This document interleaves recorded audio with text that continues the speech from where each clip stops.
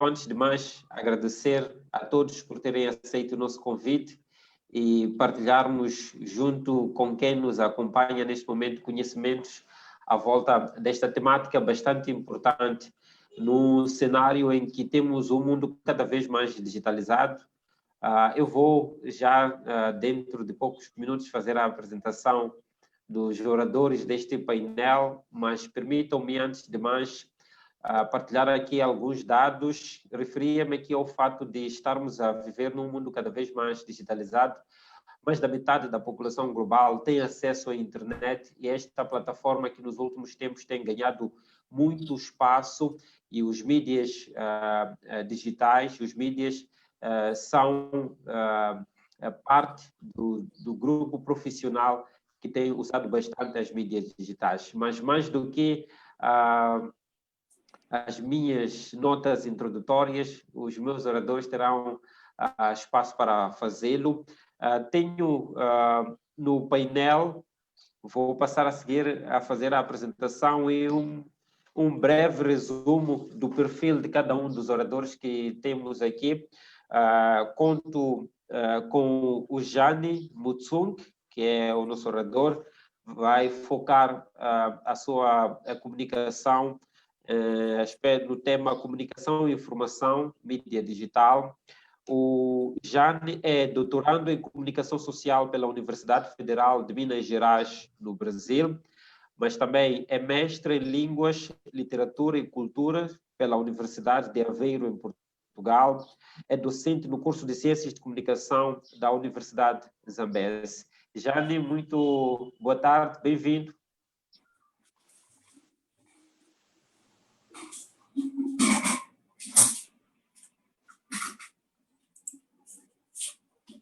O Jani consegue nos ouvir em perfeitas condições? Bom, por algum momento teve problema de audição, mas agora estou percebendo. Muito bem. Obrigado por se juntar a nós. Vamos daqui a pouco dar início à nossa conversa. Vou passar a apresentar os outros oradores deste webinar. Tenho também no painel a Eta Mazzini. A Eta possui experiência de 4 anos em marketing digital e jornalismo multimídia. Trabalha como coordenadora do departamento de mídias sociais. É fundadora do movimento Olá Vida, um movimento de promoção da luta contra o cancro. É bacharel em Ciências de Comunicação pela Universidade Politécnica de Maputo e vai, ao longo dos próximos minutos, também partilhar os seus conhecimentos sobre a nossa temática. Obrigado, Eta, por se juntar a nós. Vou, para dinamizar aqui a conversa e o tempo, passar a apresentar o Hugh Miranda.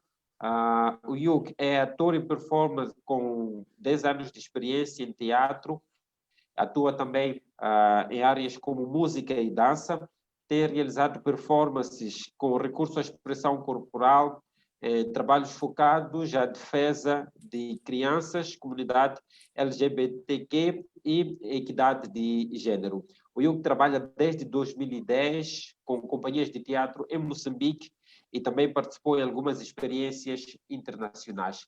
Eu vou já dar início à nossa conversa. Vou começar pelo Jani, que já está aqui preparado para os nossos minutos de interação. Jani, referia no início das notas introdutórias que estamos a viver num mundo cada vez mais digitalizado, em que dados globais nos apontam que mais de 50% da população global tem acesso à internet, o que representa uma oportunidade para os mídias digitais. O Jani, na sua área específica, no tema específico que decidiu abordar, elencou a comunicação e a informação. A questão que lhe coloco para começar, Jani, é que oportunidades os mídias digitais encontram neste contexto de um mundo cada vez mais digitalizado? Muito obrigado, Antônio Tiwa. É um prazer estar aqui convosco, consigo em particular. Também quero cumprimentar aos outros painelistas, os quais eu inicio hoje com muito prazer. falo da ETA e também do IUC. Quero também agradecer à Associação de Desenvolvimento de Pesquisa que nos convidou, que na mesma plataforma que os outros. Não vou deixar esse momento para cumprimentar ao meu pessoal da Beira, que hoje celebra 113 anos. É muita emoção, é muita energia que deve estar a acontecer hoje na Beira, ainda que estejamos com essa situação da pandemia e tudo mais. Hoje, creio que a minha esposa deve estar a assistir, porque está num dia de feriado, não está a trabalhar. Então, mando um abraço para ela e todos os outros amigos, familiares que estão na Beira. E eu vou mandar um abraço mais longo ainda para o pessoal da Minhava, que representa, vamos lá, toda a nossa cidade da Beira. Ora, vamos logo que nos interessa.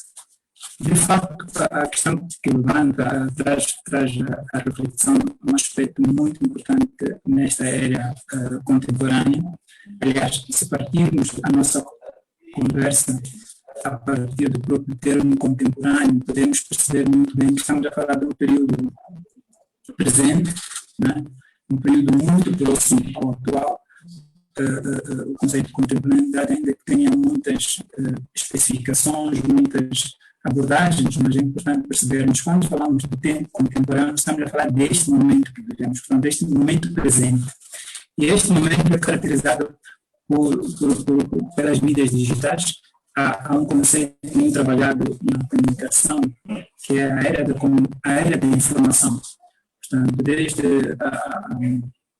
a segunda década do século passado, houve um inicial crescimento ao nível da disponibilidade de informação, mas também de circulação nos meios midiáticos. Então, esta mudança, vamos lá, geracional, em termos de abordagem ou contato com a informação, foi, de alguma forma, evidenciada através das mídias.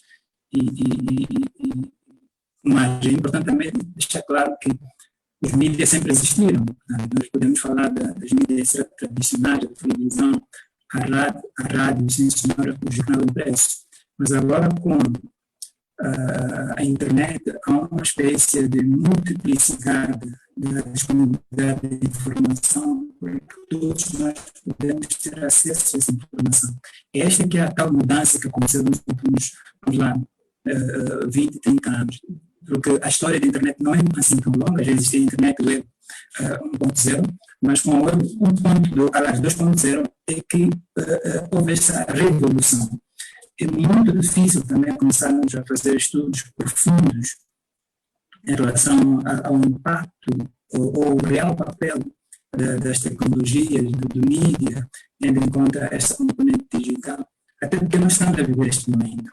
Um filósofo, o Nietzsche, disse: nós não podemos estudar a coisa no momento em que ela está a acontecer, é mais fácil estudar quando nós passamos deste momento. Então, nós estamos a viver um momento em que a internet foi introduzida, em que as pessoas ainda estão a ter o primeiro contato com esta tecnologia.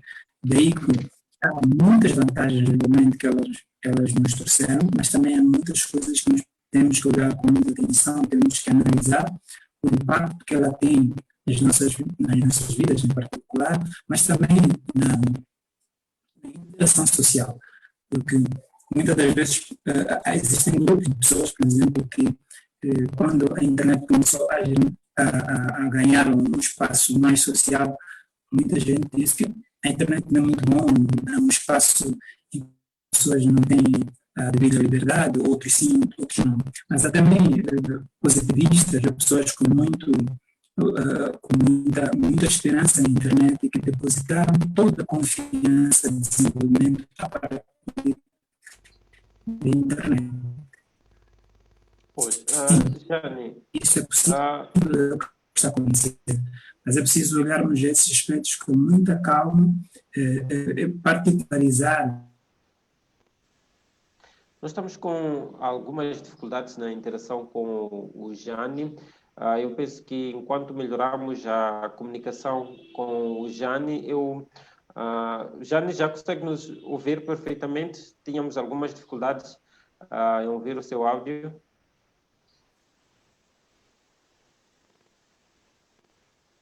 Jane?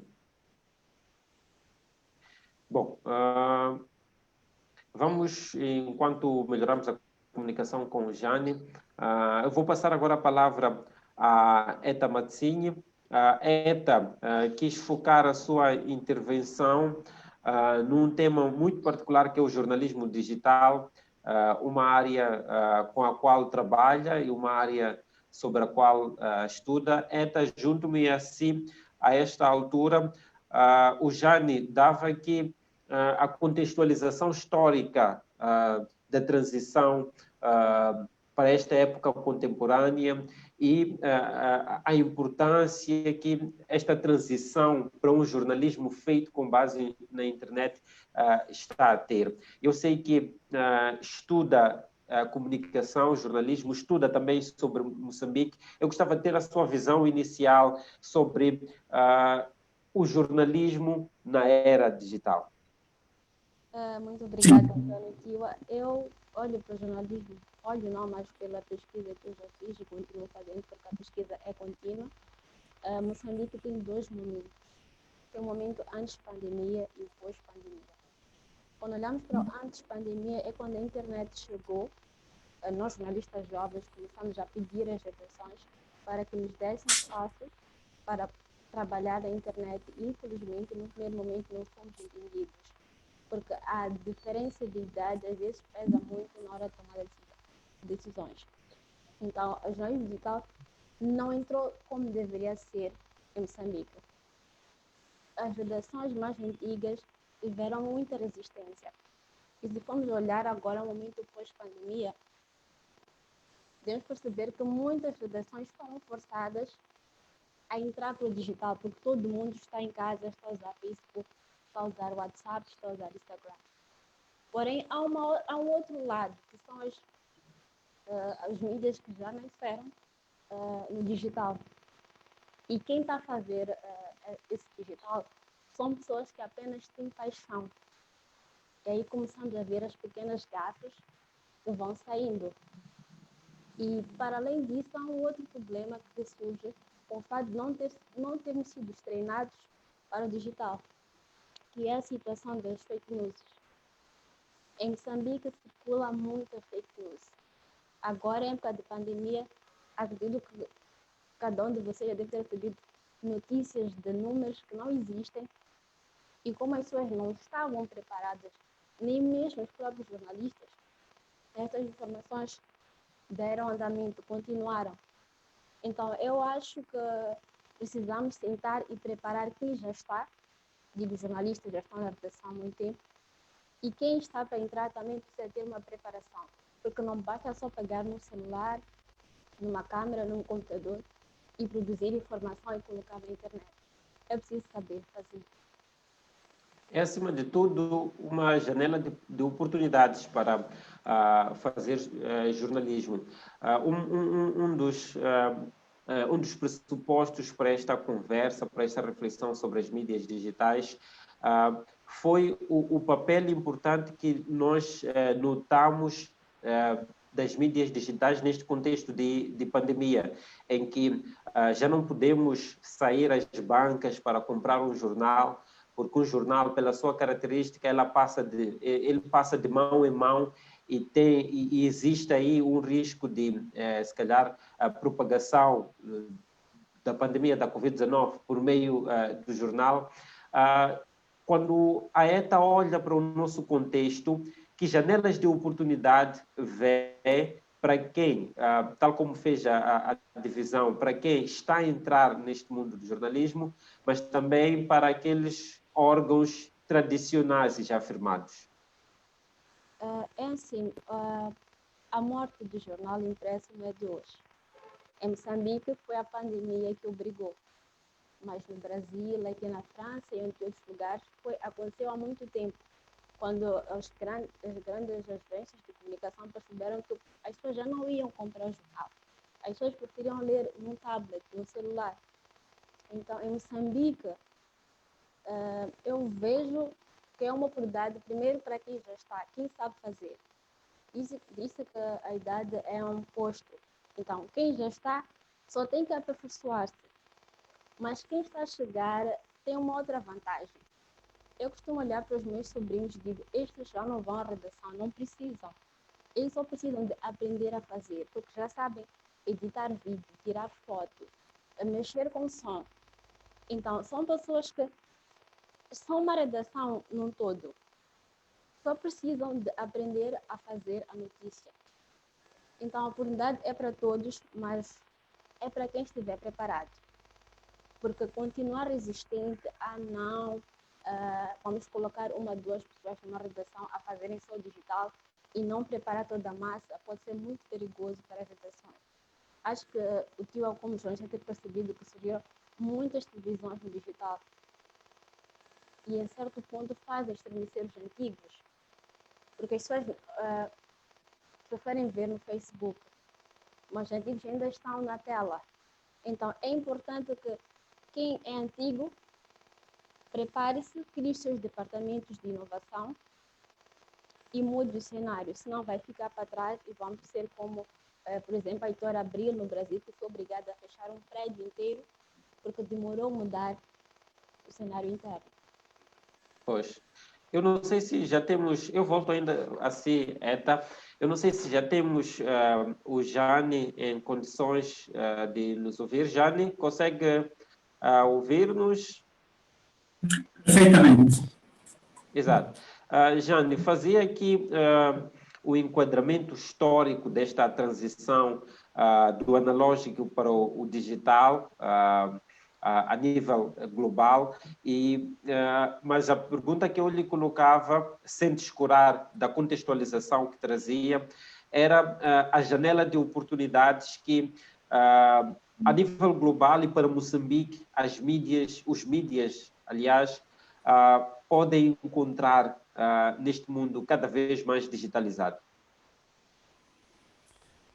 Sem dúvida, é uma janela muito grande de oportunidades, até porque tem a possibilidade as pessoas têm a possibilidade de acessar a esta janela, vamos lá, da internet em toda a parte do mundo. Portanto, é muito mais fácil colocar o seu produto a partir da internet e termos acessos múltiplos, complementar ao jornal impresso, por exemplo, em que tinha um espaço geográfico muito bem demarcado no nível da disponibilidade dessa informação, incluindo a televisão também.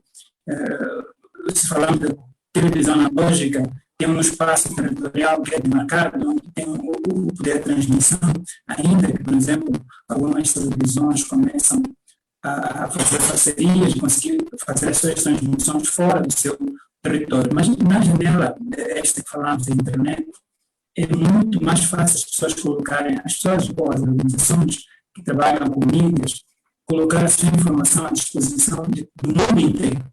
Portanto, essa é uma possibilidade que nós temos enquanto país. Hoje, por exemplo, eu consigo acompanhar todos os dias a televisão a qual você trabalha, a STV, consigo assistir quase todos os programas a nível do meu interesse, os jornais, quase todos eu consigo assistir por causa desta componente da internet. Esta situação não era a mesma há 20, 30 anos atrás. Simplesmente não tínhamos como assistir, ao menos que fosse um programa gravado e com toda a complicação logística no nível de transferência dessa informação. Hoje é possível. Mas há uma componente que é preciso pensarmos, e eu acredito que as pessoas que trabalham comigo também devem fazer algum tipo de lobby para, vamos lá, de alguma forma, ajudar o governo, ou ajudar sim o governo a fazer políticas, a fazer investimento, de modo que os moçambicanos tenham acesso à informação. Eu estava há pouco tempo, escrevi um artigo com uma colega, também que estou aqui no Brasil, estávamos a refletir um pouco sobre a questão da acessibilidade à informação. Há uma ideia geral de que a internet veio para todos. É preciso olharmos este assunto com muita atenção. No nosso caso particular de Moçambique, há uma fração muito reduzida que tem acesso à internet. Os últimos dados, por exemplo, do Censo Populacional de 2017, divulgado agora em 2019, aponta que apenas 5 a 6% da população consome a internet. Quando a gente fala isso, muitas das vezes não temos que e o impacto real. Vamos para os números. Por exemplo, verifica a comunicação, segundo os dados, via internet, acontece mais nas cidades capitais ou nas cidades de Moçambique. Eu vou falar da Beira, que é onde eu vivo, portanto, conheço um pouco mais. Essa tabela tem um pouco mais de 500 mil habitantes. Não chega a 600 mil habitantes. Se nós declararmos que toda a população da Beira consome a internet, digo toda, de forma exagerada, mas a maioria consome, vamos dizer 500 mil pessoas apenas. Né? Olhamos esse universo, vamos lá, a distância que existe entre 500 mil pessoas, ou mesmo no caso de Maputo, que são 1 milhão e 200 mil pessoas, se olharmos esta distância para 30 milhões de habitantes, que mais, quer dizer, 29, agora 27, agora deve estar nos 30 milhões. Então, há um foco muito grande de indivíduos que não têm acesso à informação. Então, eu acredito que as empresas que trabalham com mídia podiam, e a população podiam fazer uma espécie de campanha, ajudar a pensar, que o governo pensasse um pouco mais nesse assunto, de modo que esta abordagem tecnológica, que hoje passa a ser o nosso dia a dia, possa expandir-se, porque o acesso à informação via internet carece de um grande investimento a nível de infraestrutura, carece também de disponibilização de recursos, que é o telefone, que é o computador, etc., para que as pessoas possam ter acesso fora da própria disponibilidade de rede, que continua a ser um aspecto muito complicado no nosso país. Portanto, há, sim, um espaço de oportunidade para se trabalhar nesta área, mas há grandes desafios que nós precisamos de ultrapassar, porque não é a mesma coisa falar de internet num país desenvolvido, em que a tecnologia já está estabelecida, em que os órgãos estão a funcionar e as pessoas têm acesso, não só em casa, mas também em várias lojas, em vários locais públicos têm acesso, e isso não acontece no nosso país. Agora, por exemplo, outro dia, agora quando lançamos este cartaz, esta conversa, um dos grupos com os quais eu faço parte, um amigo disse, já por favor, fala de megabytes, que as nossas telefonias móveis estão a roubar o nosso megabyte, roubar é um termo utilizado, né? Como alguém diz, há um consumo há uma demanda muito grande de consumo de megabytes. Portanto, ainda que haja disponibilidade de informação que é produzida através dos órgãos de informação, há uma outra questão que é preciso pensarmos paralelamente, que é a questão de acesso. Pois, Jane, eu vou agora direcionar-me ao Yuk. Yuk, muito boa tarde, bem-vindo à nossa conversa. O Yuk tem experiência na área do teatro, mas penso que para este assunto em particular das mídias digitais, interessa-me muito perceber a sua experiência do lado do ativismo, este ativismo que exerce para a equidade de género, que exerce em prol das crianças e em prol da comunidade LGBTQ. E o que eu gostava de ouvir de si para o papel de trabalho de ativismo, de que forma este mundo cada vez mais digitalizado serve de oportunidade para fazer chegar a vossa mensagem. Estamos aqui a assumir que ter informação é ter poder, porque quem tem acesso à informação sabe onde reivindicar os seus direitos, por exemplo. Muito grato pelo convite e também agradecer aos colegas de painel. E acho que é pertinente o que estamos a discutir e a abordagem que trago. Acho que há uma oportunidade a partir da mídia digital porque faz-nos conhecer também outros movimentos, né? Eu sou um artivista que usa a sua arte para fazer ativismo e isso faz, a partir das mídias digitais, faz com que eu conheça outros artivistas de outros pontos do mundo que muitas vezes nem em conferências, nem em festivais tivemos algum contacto, mas agora pelas mídias digitais é possível apreciar, conhecer, fazer links, fazer lobbies e criar até sinergias, né? E eu acho que a mídia digital está a favorecer neste sentido, em tudo que é movimento, digo, em relação ao gênero, em relação às questões da comunidade LGBT, em relação às crianças. Mas há uma questão que fica esquecida, que é, por exemplo, esta que nós estamos aqui a discutir. Será que este acesso chega a toda a gente? Será que este acesso vai até para aqueles grupos que eu defendo? Então, vou dar um exemplo. Eu estive, quando a pandemia começou, a fazer performances, narração de histórias para criança. Mas eu dizia, é um grupo de crianças que vai ter acesso. Mas isso já vai contra aquilo que eu estou à procura, que é criar acessibilidade a performances infantis. Então, se eu estou a falar da acessibilidade a performances infantis, estou a dizer que há um grupo de pessoas ou de crianças que têm possibilidade de ter os smartphones, de ter um Wi-Fi em casa, de ter talvez um cartão do pai ou da mãe para poder ter acesso aos lives ou aos espetáculos que estão a ser divulgados. Mas eu pergunto, o que é da criança que vive na periferia? Que é o pai até roubado os megas, né? Que é isto que anda-se aqui a discutir, que a internet é cara, a internet não tem aquela utilidade que aparentemente é vendida. Esta pessoa ainda tem possibilidade. Não vou ainda falar daquelas pessoas que nem têm acesso a um smartphone. Então, se eu estou a trabalhar, por exemplo, nesta linhagem das crianças, já há um grupo que não é pequeno de crianças que não tem acesso. O mesmo funciona para as mulheres, para a comunidade LGBT. Há uma parte da comunidade LGBT que tem acesso à internet, mas boa parte dela não tem. E nesta fase de pandemia, onde há imensas restrições, eu pergunto, o que é de uma pessoa LGBT que já nem pode encontrar a sua comunidade, o seu grupo que lhe aceita? Então está dentro de casa, confinada, geralmente num meio social homofóbico dentro de casa. Então, geras um monte de problemas. Então, o ativismo encontra outros problemas até dentro destas possíveis soluções que a mídia digital traz. Então, acho que a nível de oportunidade já há muito essa questão de podermos encontrar outras realidades, que é uma das coisas que me tem acontecido.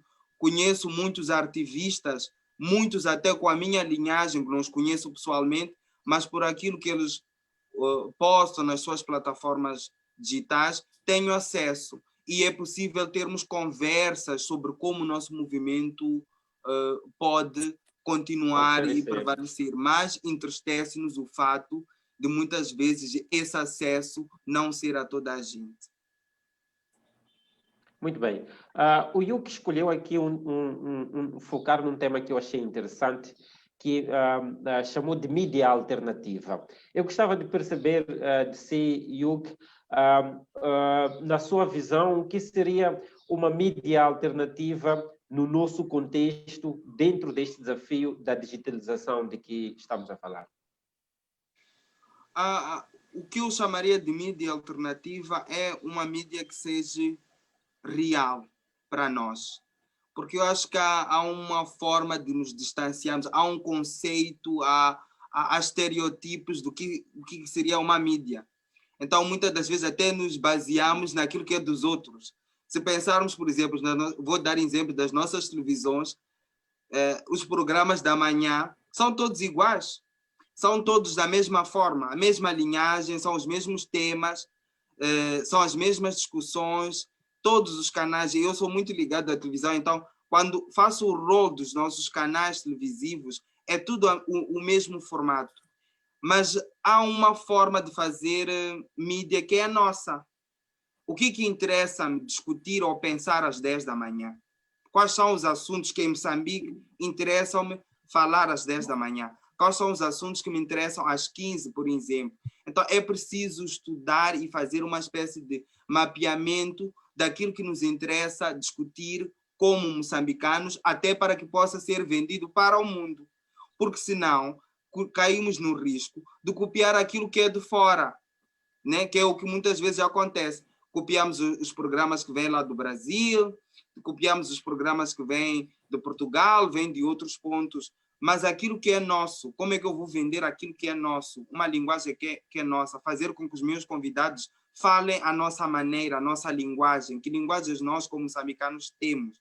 Então, é dentro deste conceito que procuro, neste momento, trazer uma mídia alternativa, né? Criar conceitos, e daí um dos programas que eu faço, que é Por Detrás das Máscaras, que é um programa artístico, mas que muda toda a sua viragem, né? Não vamos lá para conhecer os artistas, para dizer o que eles fazem, mas conhecer as dificuldades, os dilemas que eles vivem no seu dia a dia, até nesta fase de pandemia ou não. Situações que muitas vezes o público não sabe, porque isso é que é interessante discutir.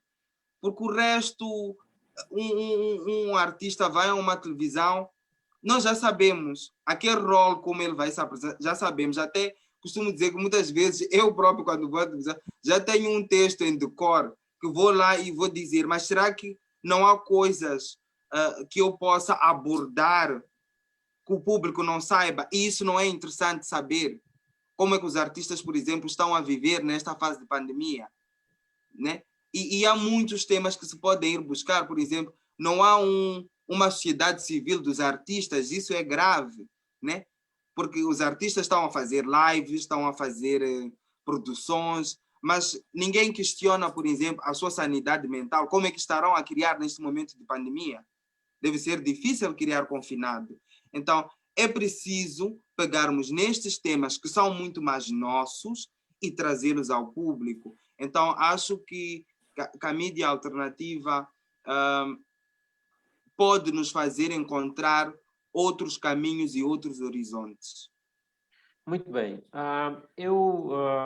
Fazendo um pequeno resumo das ideias principais, pelo menos nesta primeira ronda, iria considerar que cada um dos meus três oradores falou das oportunidades que existem na mídia, nos mídias digitais, mas também falou de alguns desafios que temos como país, Moçambique, para usar melhor as mídias digitais e fazer chegar a mensagem, os diferentes tipos de mensagem que se pretendem chegar à sociedade.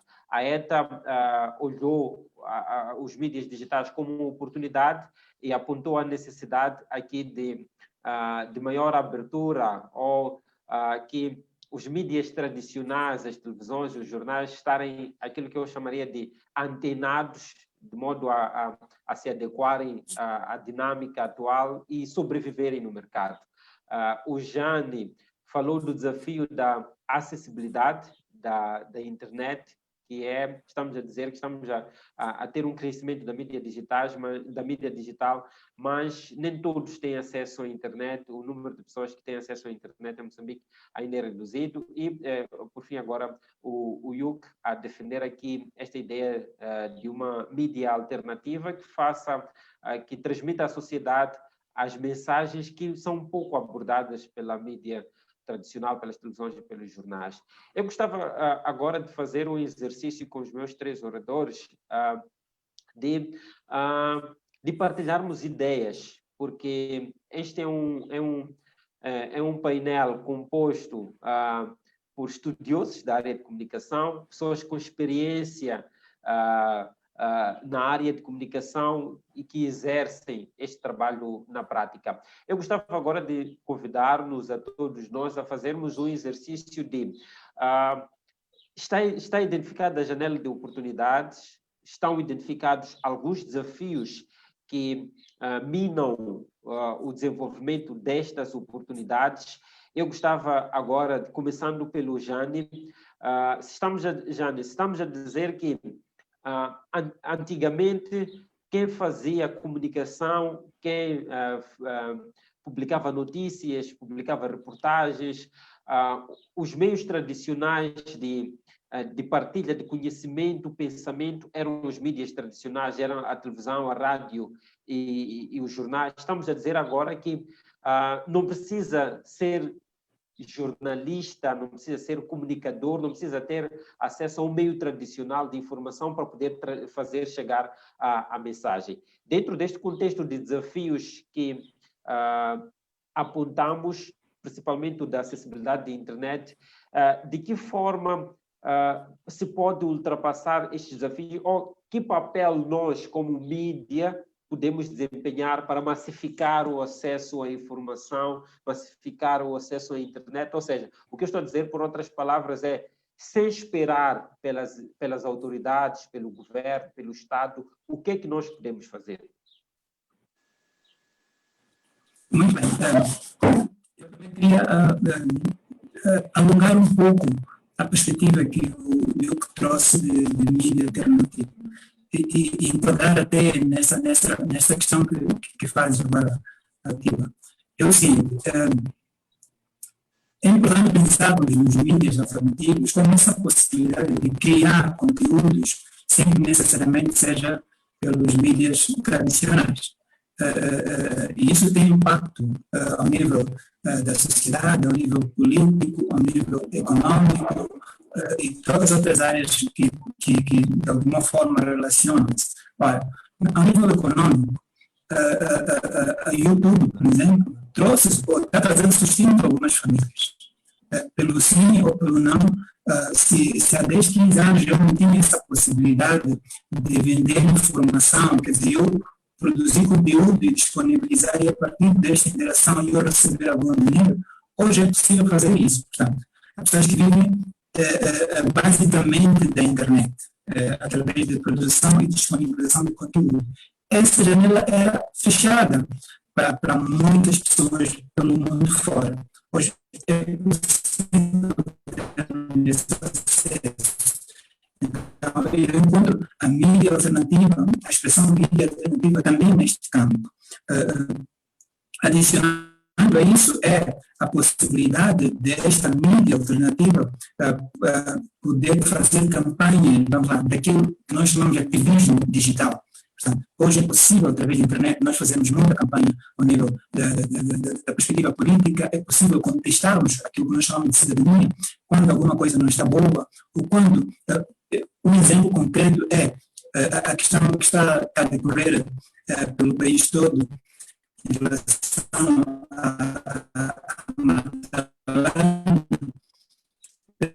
ontem nós ouvimos o Presidente da República aparecer publicamente a dizer que eu vou insistir para que haja um relatório do inquérito que vai ser realizado ao nível dessa instituição. Olha, isto é resultado prático da mídia digital. Com certeza, se não tivesse essa componente, não teríamos nenhuma informação, não teríamos nenhuma discussão, esse assunto seria simplesmente ultrapassado. Então, é uma forma, sim, de participação o uso da mídia alternativa. Quer dizer, porque a mídia tradicional, muitas das vezes a produção de conteúdo é dependente do editor, da linha editorial, e se porventura essa linha editorial tem algum benefício do Estado, do governo, ou de algum indivíduo ou do outro, muitas das vezes a informação não circula. Esse espaço de discussão, de pressão até não acontece. Mas com a mídia alternativa, essa possibilidade está a acontecer e muito bem. Claro que não vamos discutir em termos de intensidade, até porque eu já falei ao nível de acesso ao recurso, ao nível da alfabetização, que também é outra componente muito importante quando falamos das mídias digitais, é diferente de muitos outros países. Aqui no Brasil, por exemplo, eu vejo uma participação muito ativa dos cidadãos na discussão dos problemas do país, mas eu percebo que esta abertura também tem a ver com o nível de escolaridade que a maior parte, não a maior parte, mas uma grande parte da população tem, e também dos recursos. Agora, como fazer indo já diretamente à questão que me levanta, como fazer que esses impedimentos todos possam ser ultrapassados e nós, como sociedade civil, como pesquisadores académicos, necessários. Mas tem um papel, às vezes podemos voltar um pouco para trás. Quando foi introduzido a mídia tradicional, vou falar particularmente da televisão, da TV, porque antes era a rádio, era o jornal, mas quando foi da TV, existiam poucas pessoas, muito poucas pessoas mesmo que tinham acesso a esse dispositivo tecnológico. Portanto, para nós assistirmos a televisão, tínhamos que ir para a casa de um amigo, de um vizinho, fazer lista, fazer filas e às vezes até lutar ou, sei lá, encontrarmos formas alternativas para ter acesso à informação, que fosse uma novela, que fosse um noticiário, por aí em diante. E isso foi durante muito tempo. E, vamos lá, 10, 15 anos, foi assim.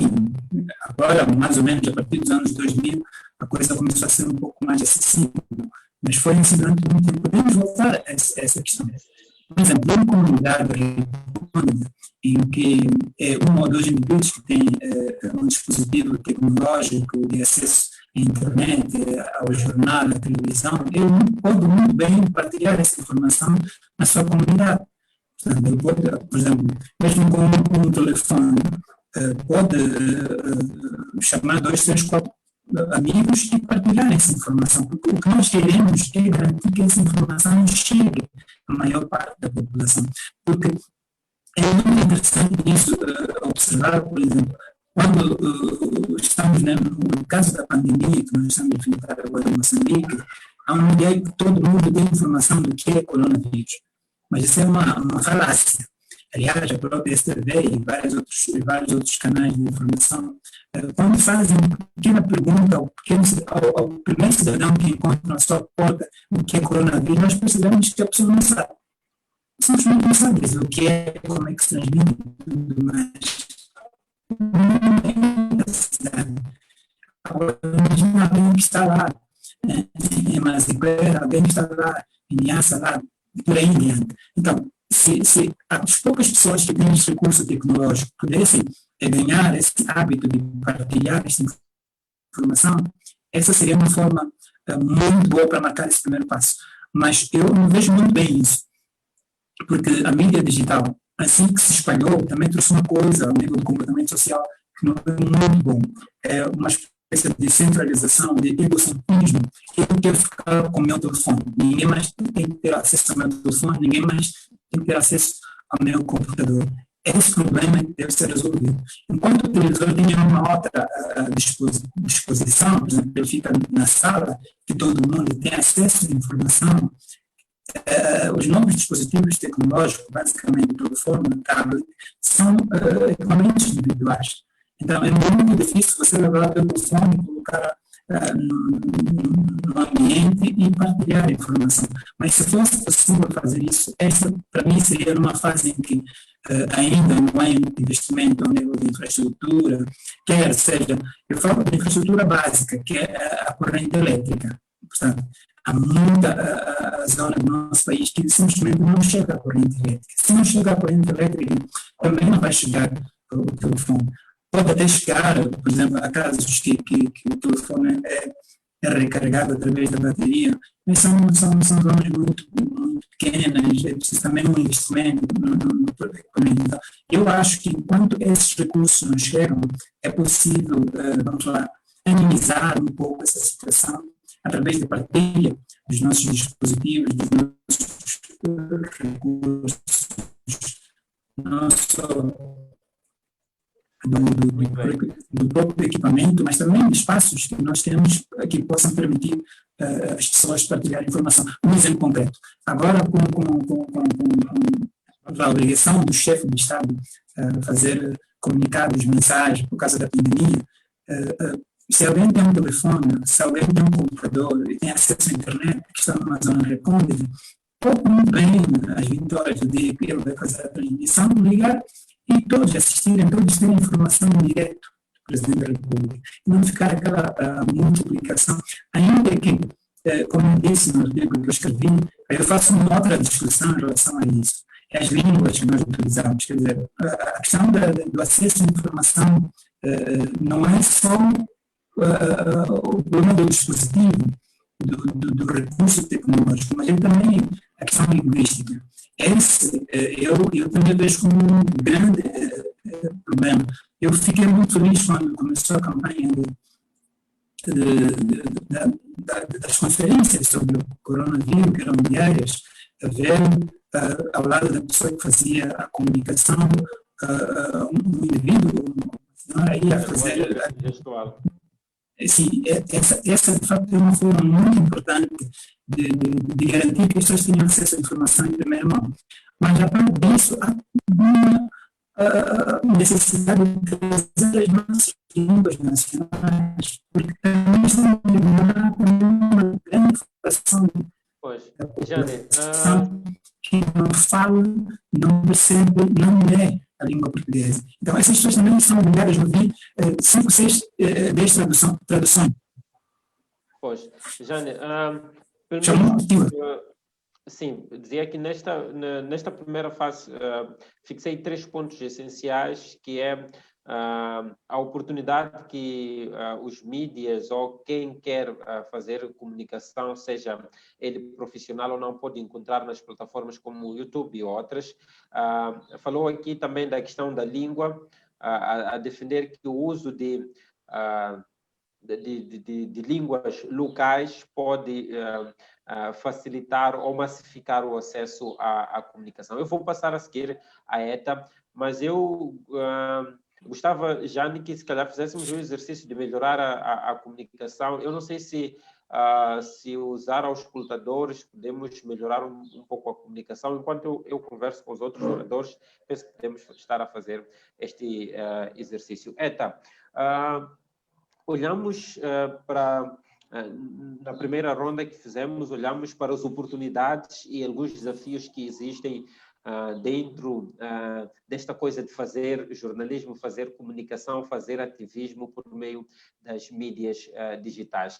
Na área de jornalismo, em particular, que falou, apontou aqui a importância das mídias tradicionais poderem se adequar a este novo tempo, mas também falou aqui da oportunidade que existe para os jovens que estão a iniciar carreira poderem se ingrar. A questão que lhe coloco, Eta, é como conciliar estas duas necessidades, a necessidade que a juventude com um pensamento inovador tem de invadir o mercado, acho que esse é o melhor termo, invadir o mercado, mas também a necessidade dos mídias tradicionais terem que continuar a sobreviver.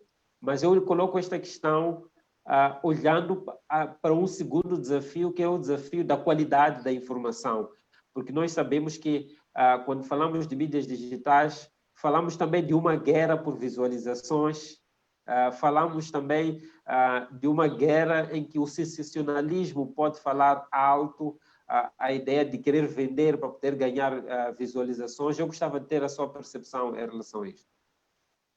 Talvez eu vá oferecer uma consultoria gratuita agora, porque uma das reclamações enquanto jornalista que fez muito barulho para que nos lugares onde eu passei o digital fosse mais forte era não tem lucro.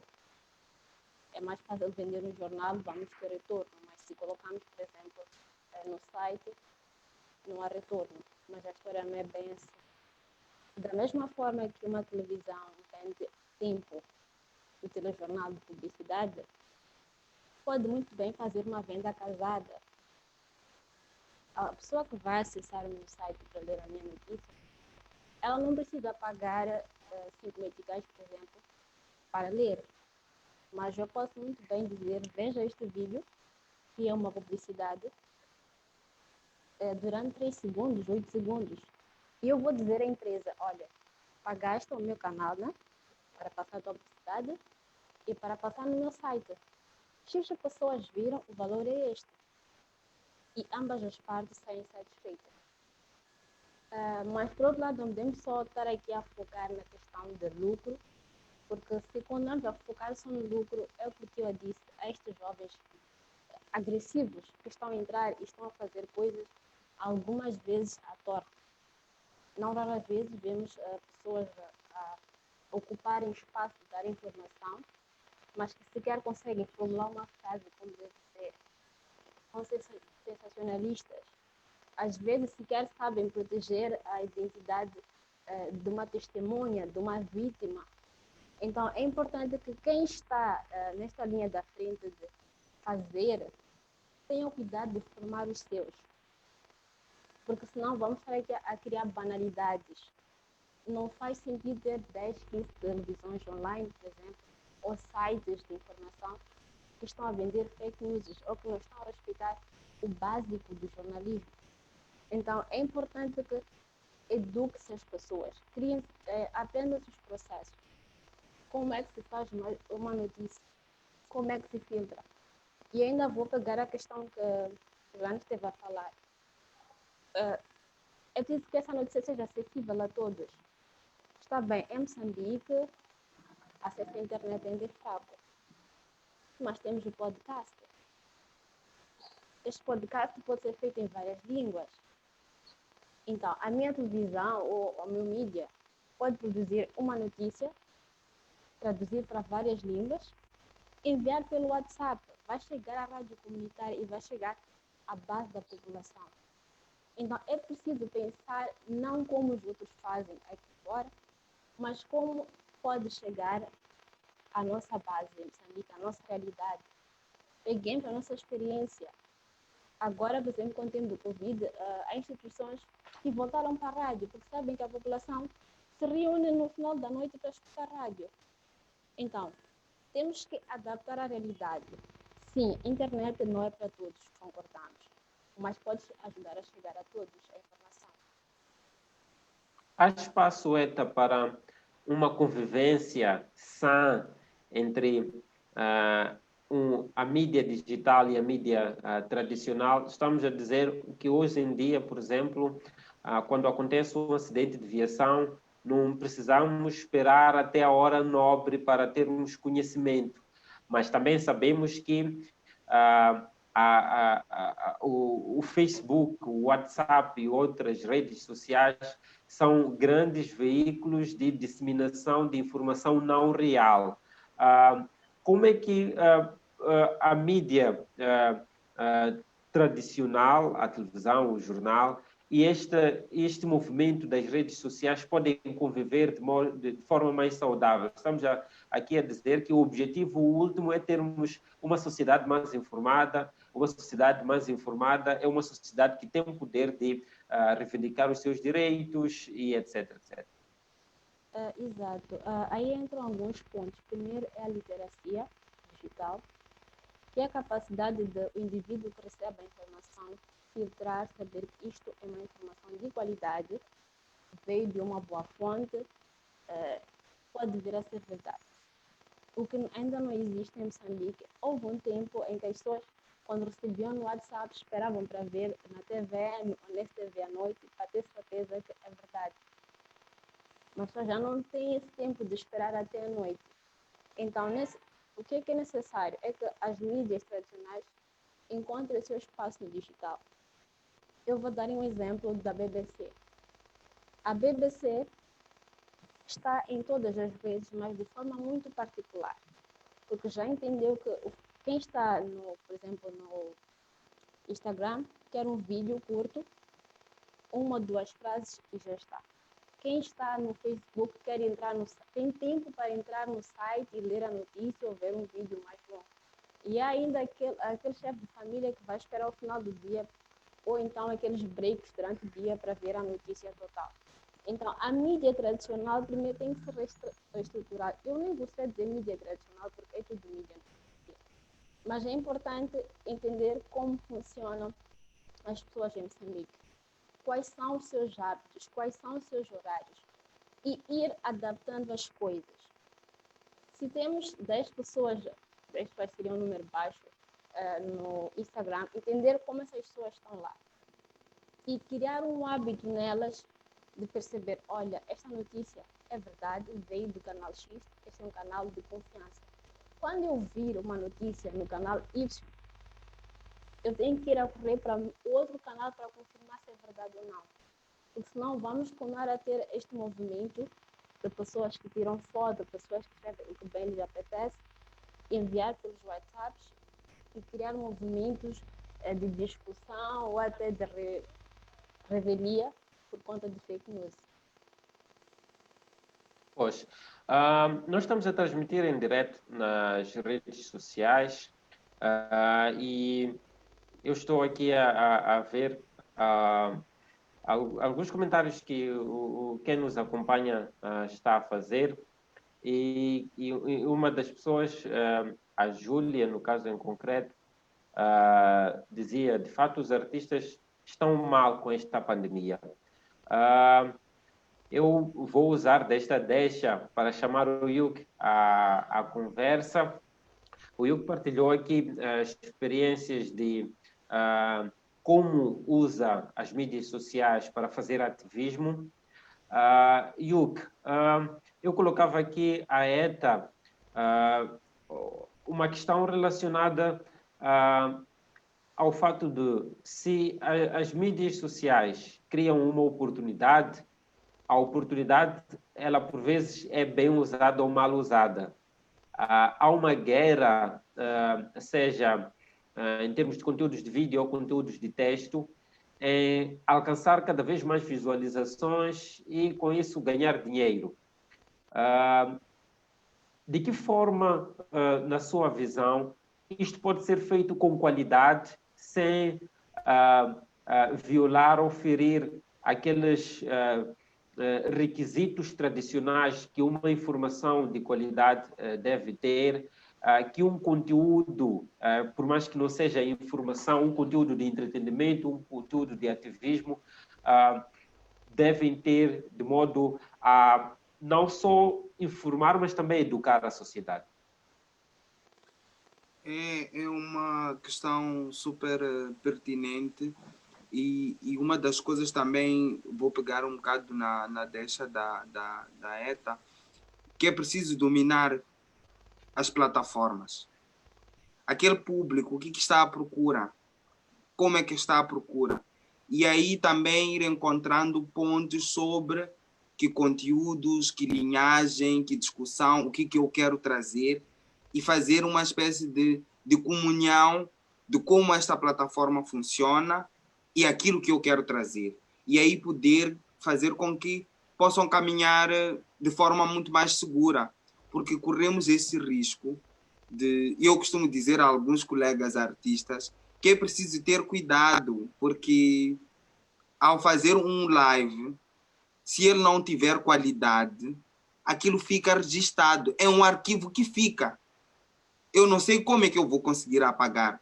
Depois tens a questão de que muitas vezes não há nenhum contrato, porque também isto é muito novo para nós. Não há nenhum contrato. A gente nem faz um contrato para dizer, olha, este live vai ficar 2 semanas ou vai ficar 3 semanas. É um live que fica. Vai para os YouTubes destes centros culturais, vai para as plataformas dos centros culturais. Não há nenhum contrato. Entretanto, quem está fora, que muitas vezes não vive a nossa realidade, se for lá e procurar por nós, encontra aquela informação. Então, é preciso estarmos atentos, não fazer, não viver a febre, né? Porque hoje há muitos influencers, há muitos digital medias, etc, etc. Mas é preciso dominar, estudar acima de tudo, fazer um estudo, fazer um mapeamento de que está à minha volta e como eu quero vender a minha imagem, como é que eu quero trazer a minha imagem, de forma muito mais consciente, porque senão depois caímos no ridículo, caímos em situações onde podemos barrar com nossos próprios conteúdos uma projeção a nível artístico, até a nível internacional, se eu quero projetar um dia. Então, é preciso ter cuidado. Em relação ao ativismo, é preciso aproveitar este tempo para ver como é que os outros estão a fazer, é importante, mas voltar à minha base. Como é que eu vou fazer aqui na minha casa? Como é que eu vou fazer isto no meu espaço? E, acima de tudo, ter esse espaço para o diálogo. Vou dar uma experiência que eu tive. Eu faço parte da CITES, que é a Associação Internacional para a Infância e para a Juventude, e no início da pandemia nós tivemos vários congressos, que foi uma das coisas boas que a pandemia trouxe. Antes precisávamos de dinheiro para viajar e ir a esses congressos, mas agora é possível cada um na sua casa fazermos um congresso. E fez alguns congressos. E cada um partilhava aquilo que estava a fazer. Uma das coisas que nós discutimos foi mais ou menos o que eu dizia antes, essa questão do acesso, que está-se a fazer muitos live streamings por vídeo e companhia, usava-se narração de histórias, mas ninguém estava a pensar, por exemplo, que nós podíamos usar um podcast, que é o mesmo formato da rádio, para fazer chegar as nossas performances. As crianças querem ouvir histórias. Eu posso fazer chegar isto à zona rural. Com um smartphone que pode estar numa vila qualquer, alguém pode fazer com que as crianças tenham acesso. Então, é preciso estudar, estar mais atento e não viver a febre, porque há uma tendência de se viver a febre. Há questões que vêm de forma orgânica. Essa questão que quero ser influencer. Mas a influência é uma questão orgânica. Uma pessoa influencia porque está enraizado, por exemplo, os ativistas têm uma certa indignação. Eu não é como esta capa que eu usei, né? Isto eu uso, mas quando me vou deitar, eu continuo sendo um ativista. Então é preciso conectar-me muito mais com as minhas indignações, com aquilo que eu defendo e ver como é que eu vou defender todas estas causas e vou alinhar aquilo que são as mídias digitais, não o inverso. Não pensar como é que pensar na mídia digital primeiro e esquecer-me das indignações, porque corro o risco de perder causas, perder conceitos e muitas vezes de cair no ridículo. Pois é. Jane, vou assim agora. Um dos pontos interessantes no nosso tema é o fato de incluir uma reflexão do nosso papel enquanto comunicadores, enquanto ativistas, enquanto pesquisadores na área de comunicação, mas é também um papel de olharmos para a sociedade e vermos o que há que pode ser melhorado para que os mídias digitais, ou a mídia digital seja, a digitalização concretamente seja realmente um espaço de oportunidade. Eu vou passar a seguir para um ponto em que gostava de ter a visão dos meus oradores em relação ao papel, se nós estávamos a discutir aqui sobre o desafio da acessibilidade, estávamos a falar aqui sobre o desafio das empresas de mídia terem que se adequar. Eu quero agora chamar-vos a deixarmos algumas recomendações que podem, se calhar, servir de mensagem a quem é decisor nesta área da comunicação e que pode dar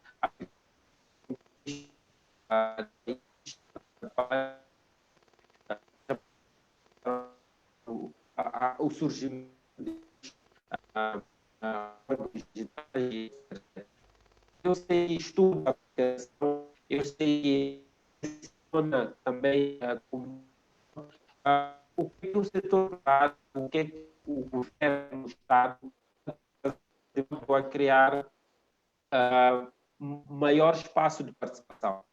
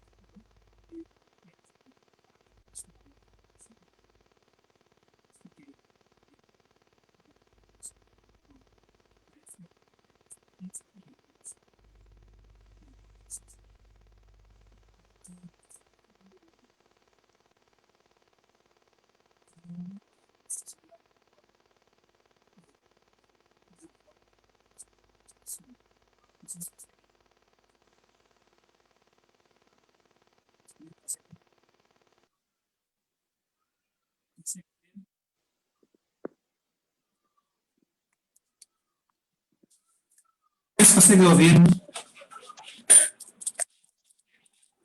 Alô? Agora sim. Ok, tudo bem. Eu estava a dizer, o Tiva deve ter algum problema. Já está a me ouvir? Agora sim. Sim. Então, a falar aqui um dos assuntos da acessibilidade e qualidade da nossa internet. Penso que no debate digital o problema voltou a se fazer sentir. Mas eu acho que estamos em condições de... Sim, estamos, mas era bom que repetisse a questão, porque uma boa parte da sua questão não foi percebida, mesmo por causa do som.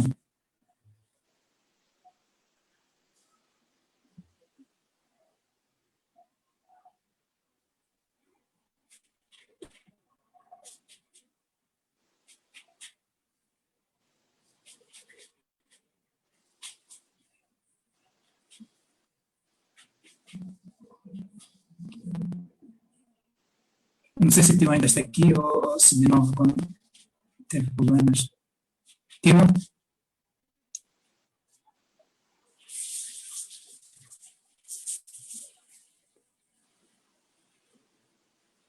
Bom, eu vejo o Tio aí, mas deve estar ainda com problema de som.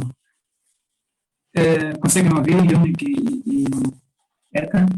Sim, eu vou fazer a minha a partir do pequeno trecho que eu apanhei da questão que eu estava a fazer.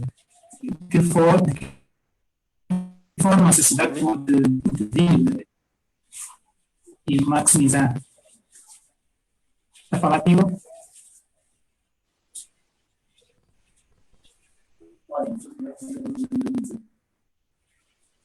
Então, estava dizendo,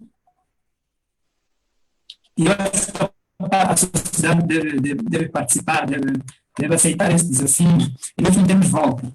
Algumas pessoas criticam, ainda, eu falei isso logo no princípio, que existe muita gente ainda cética em relação à tecnologia, aos mídias digitais, existe ainda um certo ceticismo em relação a isso, mas nós não temos volta. Nós estamos num processo de evolução e nesta fase estamos a introduzir as tecnologias e com certeza isso vai ficar. Então, como foi a televisão, foi a rádio, foi o jornal, hoje é a internet, e nós não temos como fugir disso. Algumas pessoas, por exemplo, com mais idade, vamos lá, pessoas com 50, 60 anos, quando foi a introdução da internet, muitas ficaram meio para trás, não, isso aí é coisa de jovem. Isso aí não me interessa. Incluindo o gestor de empresas também tiveram alguma forma de rejeitar este instrumento tecnológico. Mas é decisivo perceber que esta viragem do século que introduz a internet não vai voltar mais. Nós não temos mais como voltar a utilizar a máquina de datilografar para fazer um documento. Quer dizer, não tem como. Então, cada vez mais temos que nos interessar, temos que aprender, temos que trabalhar, está muito bem a falar a questão da literacia digital ou literacia para as mídias. É preciso que a sociedade aceite isso, se plena de também ficarmos para trás como país, porque todos os outros países estão a fazer grandes investimentos, estão a aprender a trabalhar com esses equipamentos tecnológicos muito sério. Por exemplo, os seus cidadãos, enquanto estão na fase pré-escolar, já trabalham com esses equipamentos, e isso depois vai refletir no cidadão do amanhã. Jane, eu gostava de interromper-lhe um pouco. Estamos a falar aqui de acessibilidade e qualidade da internet. Eu estou com pequenas dificuldades de qualidade da própria internet. Eu ia convidar depois aos outros painelistas, depois do Jane, a também deixarem as suas considerações em relação a estes desafios ou recomendações ao setor privado e ao governo. Muito obrigado. Se Piva, que está na capital do país, com toda a disponibilidade de recursos tecnológicos, tem esse problema, vamos imaginar quem está em Rondônia, lá na terra do meu pai, quem está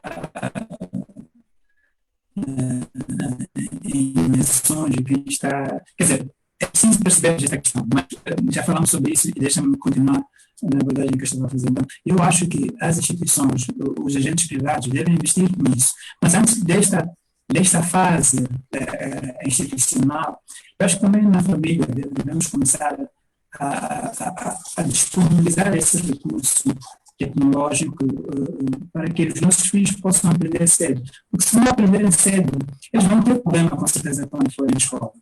E se não for na escola, vão ter problema quando forem ao trabalho. Há muita gente que simplesmente não tem acesso a uma vaga, a um emprego, e não sabe digitar com o computador, porque não consegue manejar as várias plataformas digitais. Então, é preciso começarmos a aceitar esta componente como uma componente comunicacional inevitável para a nossa sociedade, até porque, como eu disse, se nós negarmos a isso como país, então estamos a negar, vamos lá, a ligação com todos os outros países neste mundo que é cada vez mais globalizado. Então, é preciso existir um investimento.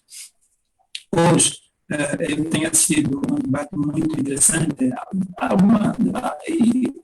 Algumas vezes eu não acho que a linha que estamos a levar, por exemplo, no nosso país, em relação à educação, há algumas vozes que dizem que nós temos que mudar amanhã, termos todas as escolas, universidades em particular, o uso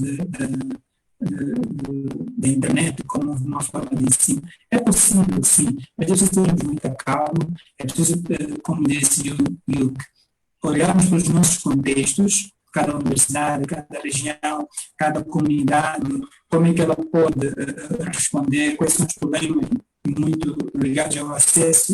É preciso pensar nessas coisas com muita calma. Não calma para que este assunto seja levado para daqui a 5 anos, não. Mas calma para não nos precipitarmos a impormos uma certa tecnologia que não conseguimos sustentar.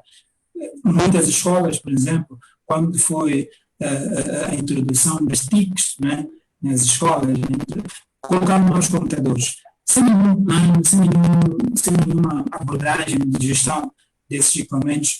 Onde é que pararam? A maior parte avaliou. Avaliou não porque até foi utilizado, mas ficaram lá obsoletos, porque ninguém conseguia fazer a reparação, ninguém conseguia fazer a atualização, ninguém conseguia fazer os updates todos. Então, é preciso fazermos uma espécie de planejamento comunicacional para que cada instituição que decida entrar para este evento, né, este recurso comunicacional, possa ter capacidade para, vamos lá, responder às suas exigências. Os comunicadores, como o Yuke, e tantos outros youtubers que aparecem hoje em dia, também têm que pensar no investimento daquilo que é a sua arte, daquilo que é a sua profissão, porque muitos, como disse muito bem, fazem uma espécie de repetição, né, do que está acontecendo fora e depois trazem como se fosse uma coisa nova, e isso não nos adiciona nada. Adiciona um pouco, mas muito pouco. E nós não queremos poucas coisas, nós queremos muito. Então, eu acho que é preciso investirmos na tecnologia, sim senhor, é possível fazer esse investimento, mas temos que pensar muito bem. É preciso até agora, vou vender o meu peixe, é preciso contratar novos pesquisadores dessas áreas para estudarmos as nossas empresas, estudarmos todos os mecanismos comunicacionais, de marketing, de publicidade, para ver se vocês possam trabalhar mais e melhor. Né? Eu espero que alguém tenha ouvido dessa parte da publicidade. É mais ou menos isso que eu queria deixar nessa fase.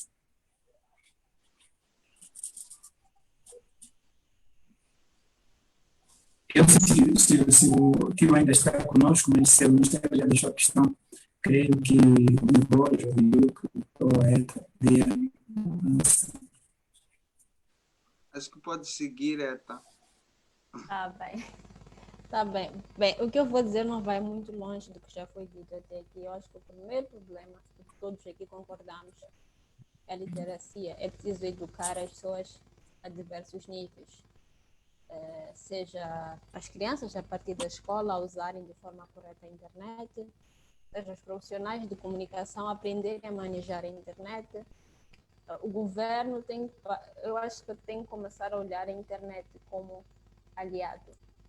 Durante muito tempo houve um discurso, não tem discurso de ódio, mas muito próximo a isso, de tentar fazer perceber que não é uma coisa assim muito boa. Mas o presidente hoje em dia comunica com o povo através do Facebook. Então as coisas mudaram, forçosamente mudaram, e quando as coisas mudam de forma forçada, não costuma ser vamos dizer, quando é um casamento forçado, não costuma ser um casamento feliz. Então agora que já sabemos que não temos como voltar para trás, que o caminho é este, é preciso que se estude Moçambique, entenda-se como é que o povo moçambicano funciona, quais são as suas lacunas, e comece a educar as pessoas para fazerem um bom uso da internet. E como já lhe disse, estamos aqui, estamos a estar, estamos a aprender com os outros, mas só nós de casa é que sabemos nossos problemas e podemos adaptar as coisas à nossa maneira. Muito grato. Também não me vou estar aqui a repetir, porque acho que estamos completamente alinhados nas abordagens. O que eu acho é que é preciso haver e continuar a haver esta pressão, porque uma das coisas que aconteceu é que quando a internet nos chegou, nós fomos lentos, mas precisamos de ser muito mais rápidos agora, porque parecendo que não é uma ferramenta que veio para ficar, é uma ferramenta também que vai se alterando e nós precisamos de acompanhar esse ritmo. Um dos exemplos é muito claro quando a gente viaja,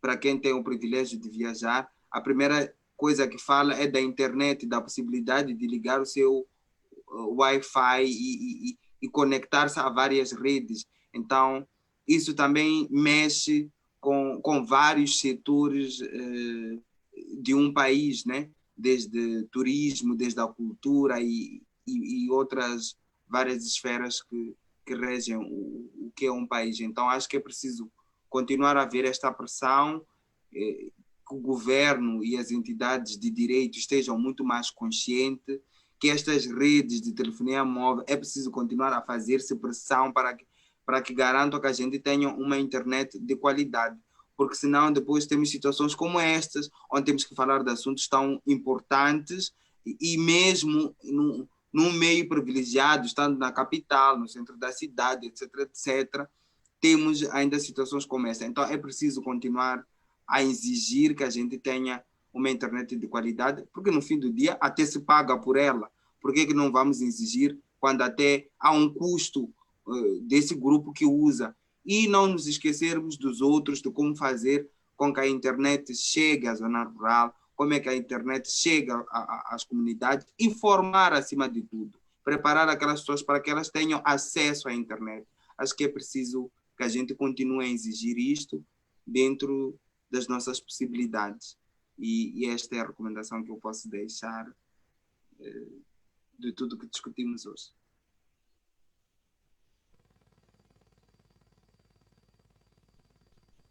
Bom, eu acho que o Tive não está, e acho que não me resta despedir. É muito interessante fecharmos esta conversa com a ausência do mediador, né, por questões de digitalização. Quer dizer, isso é um exemplo prático de que nós precisamos muito, como estava a dizer, investir cada vez mais. Eu não sei quantos gigabytes utiliza a internet do Antônio, mas eu acho que ele deve fazer um pequeno investimento para mudar de pacote. E, enfim, se uma não dá, você tem que subir. O investimento é isso. É um exemplo pequeno aqui, de forma mesmo de piada, mas é assim que nós vivemos nas nossas comunidades, nas nossas famílias, com o problema de acesso, tanto para a disponibilidade da rede, das telefoниas novas, mas também para adquirir um melhor pacote de internet. Então, precisamos, de facto, investir. Acho que nós vamos fechar por aqui. Eu acabei assumindo que este papel só para também fazer uma espécie de mediação, ainda que eu seja parte do orador. Eu acho que vou agradecer e fechar a minha presença aqui, creio que vocês também vão fazer o mesmo. Foi um prazer estar convosco, conhecer vocês, a Ilko Miranda, a ETA, a Matzinha, foi um prazer. Creio que a Academia de Pesquisa e Desenvolvimento Sustentável vai fazer outros convites para outros temas relacionados de interesse social e creio que a nossa disponibilidade vai ser sempre a mesma. Muito obrigado e um abraço para o pessoal da Beira que está a celebrar 113 anos da sua cidade. Tchau, muito obrigada. Tchau, Obrigado. muito obrigado. Tchauzinho.